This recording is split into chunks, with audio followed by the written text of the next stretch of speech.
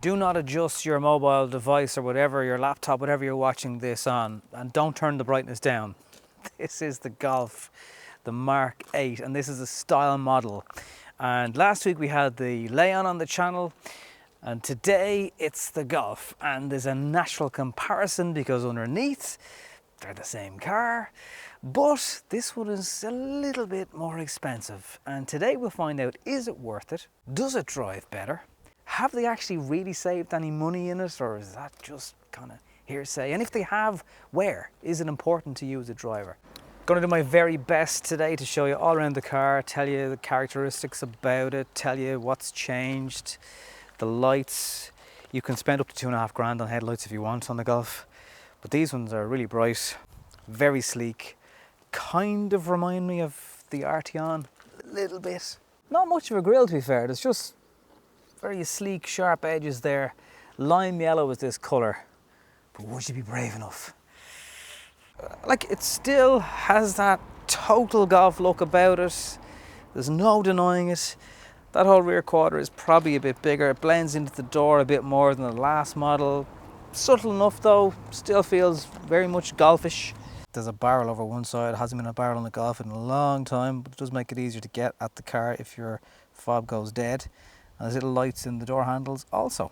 Badge at the back is flush with the car. eTSI badging down here.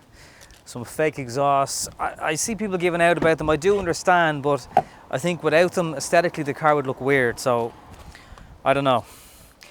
Boot gets a 12-volt charger over the Leon. There is a suspended bit. You can raise the depth of the boot with this shelf, which is pretty easy to connect in. Obviously, then you can hide some stuff that's down there. All that said, there's actually something when you do put your seats into the rear of the car missing compared to the Leon. I like that boot, it's easy to close.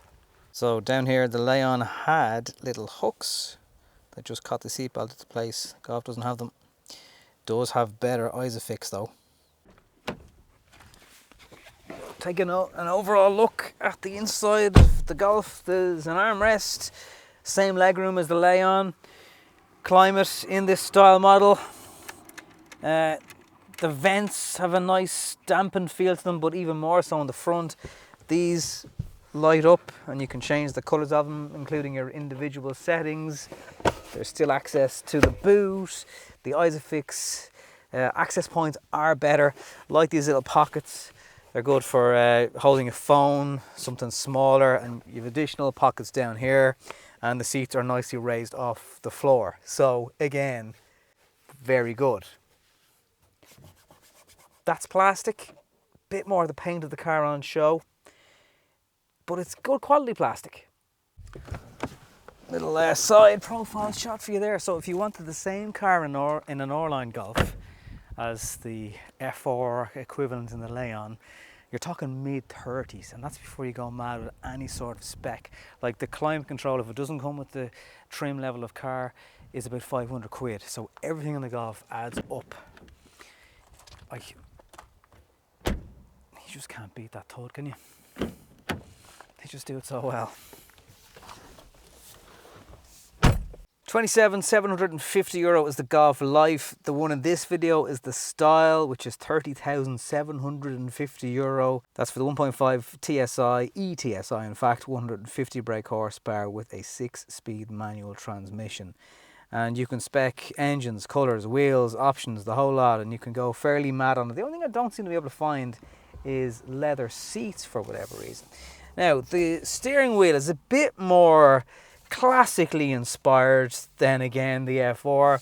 And again, there's no actual knobs. There is a climate button here, though, that brings you straight to the screen that you can adjust things on.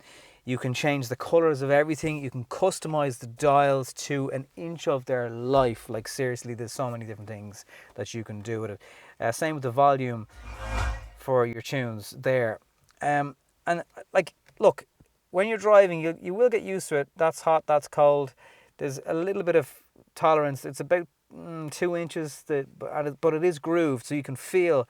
Now, these are wonderful. They're really slowly damped and they feel good. Down here where you charge your mobile phone for wireless charging, it's probably the first time I ever remember a Golf not having some sort of cover there. So is there a little bit of cost saving? It is a bit plastic by standards, but this trim, like if for those of you who remember the Mark IV Golf, that is properly soft, squishy plastic. Over here is good. The black gloss which houses the instrument and lights feels good. The little pocket door here, that's gone. Sunglasses holder is gone. But like the quality of these plastics is really, there's no problem at all. There's 2 USB-Cs here. There's 2 in the back also. These little things could pull out so they can be cleaned if somebody spills coffee, of which you'll get one coffee holder in here, little button release that wraps around, and it's adjustable for different sizes. Another place that, you know, yes, they've cost, like really is a bit of carpet. They're going to save so much money on that. No carpet in the glove box anymore. But in here they are still carpet at the door. So if you want to chuck keys in there, they're not going to rattle around because they are carpeted. I like the seats the way they kind of have the crisscross stitching, but I think they're kind of trying to say VW at some points of them. I love the way this colour thing can change at you know, night time. So your screen really easy to move. There's loads of different menus on it. You flick through things. Do you want to change the background? No problem. Maybe blue, because Volkswagen for the Mark V on. Mark IV actually went blue and it looked great. You can turn on your reverse camera, which is good quality, really clear. The dials are gone, the speedo needles are gone. So customizable. It is classic Golf in here, really. I'm not mad on these little tiny nibs for gear shifters, gear selectors. I'd like something a bit more. I mean, they're so famous for DSG, and it's like as if DSG is just blended in to the tunnel now. They're not shouting about it anymore. I'm not sure I like that. I don't think a previous Golf owner is going to sit into this car and be disappointed. Put it that way.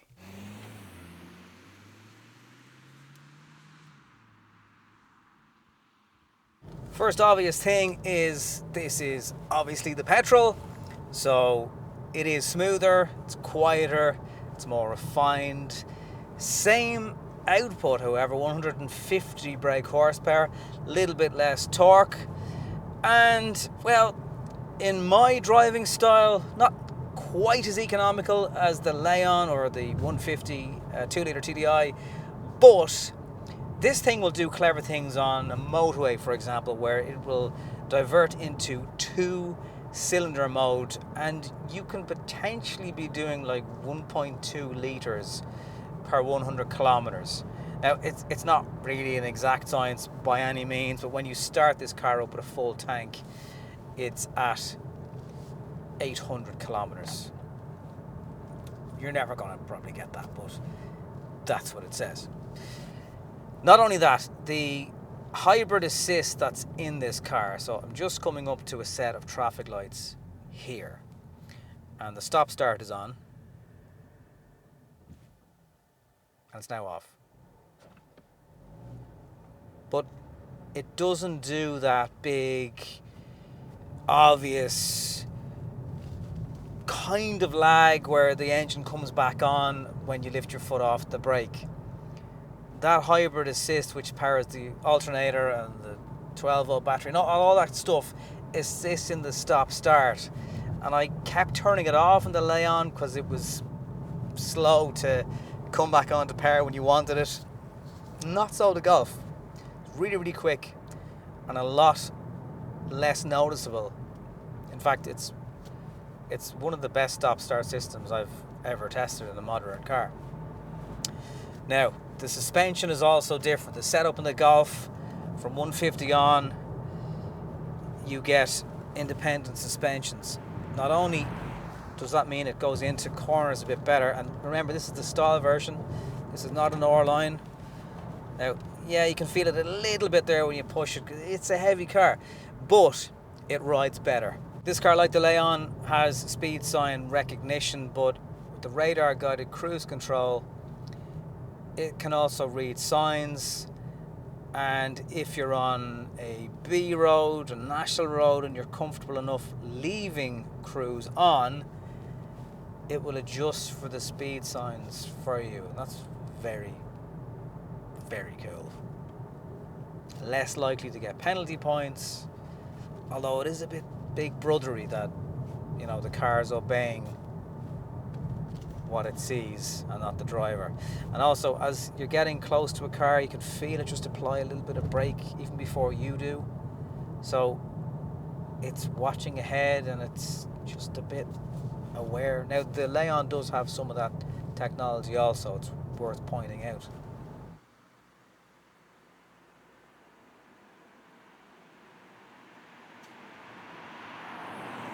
I could be wrong here, but it feels like when the lights go green, it powers up again. Now, maybe that's just me. Maybe that's just a coincidence. But it keeps starting without me taking my foot off the brake. It's like as if it's seeing the traffic lights. There's plenty of torque in this car as well. There's no lag. I really do feel that that's going to be adequate for a lot of people. Anything else is going to be a great bonus, but with the torque, it feels like it's enough. Bit of a little grunt off it as well, a little bit cheeky. Now here's a sizable ramp, right? Not braking, but we are going off it. Just doesn't have that thud that sometimes I got in the Leon. Picking up there quickly is no problem. Overtaking cyclist or, you know, something bigger, not an issue. Same 7-speed automatic gearbox. Haven't driven the manual, can't comment on it. Over the lifetime of this car, which has just over 1,500 kilometers, or just coming up to it actually, it is 6.4 litres per 100 kilometers, 150 brake horsepower petrol. That's not bad at all, and that's going to be quite a mix of driving, including some fairly heavy enough accelerating and stuff as people road test this car.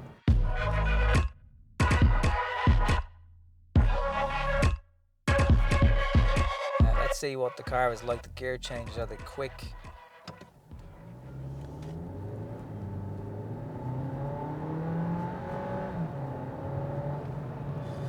And here's another car I have to slow down for. So it doesn't sound laboured. That's good to hear. Now it is a 4-cylinder engine, so it shouldn't really sound that laboured. And it's relatively quick. I mean, it knew there that I was accelerating hard. It was hanging on to the gear changes for a little bit longer. Now it's a little bit rough there, but like it's quite an uneven road surface that I'm driving on. I really want to put this car through some bends, and I just can't get a break in the traffic at all. Okay, a little diversion here. I'm just going to chuck it around because I know this.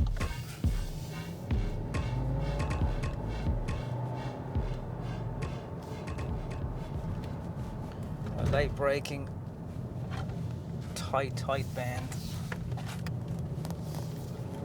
Yeah, it is impressive. Like this is not by any stretch a high line or line out and out performance Golf. This is the one that is really like a decent compromise with the engine, but by no means the one that's meant to do anything major.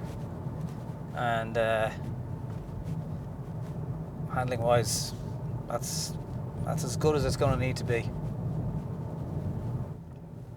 Views down here, I don't know if you can see them on the camera. The views are just savage down as far as Bray and Docky and stuff like that.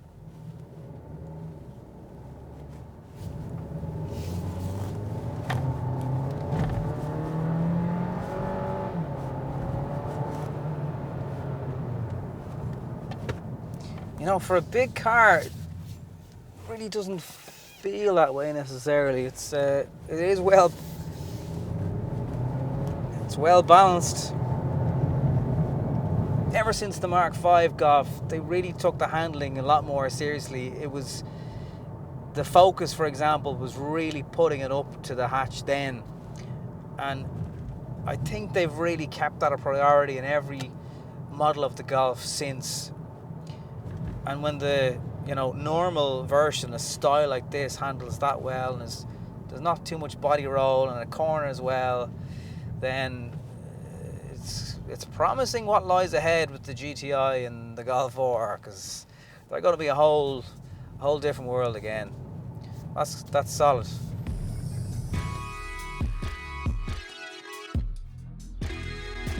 So when you factor in what we've looked at together in terms of, yeah, there's a bit of cost cutting. No, it's not really in the places that people are going to actually care about. Bonnet struts. How often do you have the bonnet up, You're going to have a service pack on this car more than likely anyway, so it's really hard to fault it.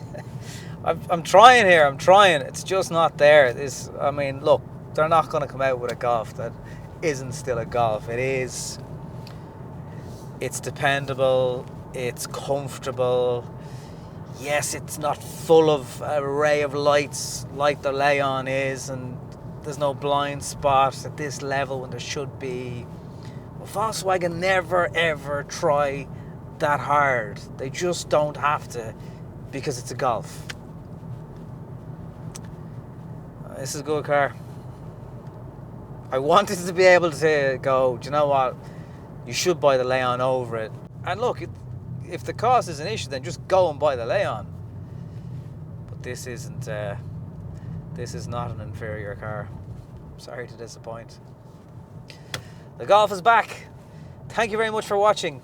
I'm very excited about the GTI and the Golf 4 after driving this. If you've got a comment, a question, please do leave it below. Ways to support the channel. If you haven't watched the Leon video yet, give it a look. The link there is at the end of the video. And come back and join us. We've got loads of stuff coming up on the channel. The electric Mini, some BMWs, a whole load of new Audis. Just hit subscribe, because subscribe helps me grow the channel, and if you could do that, I'd be really, really appreciative. So thank you for watching. Just letting a pedestrian out, being courteous, and I'll talk to you real soon. Cheers.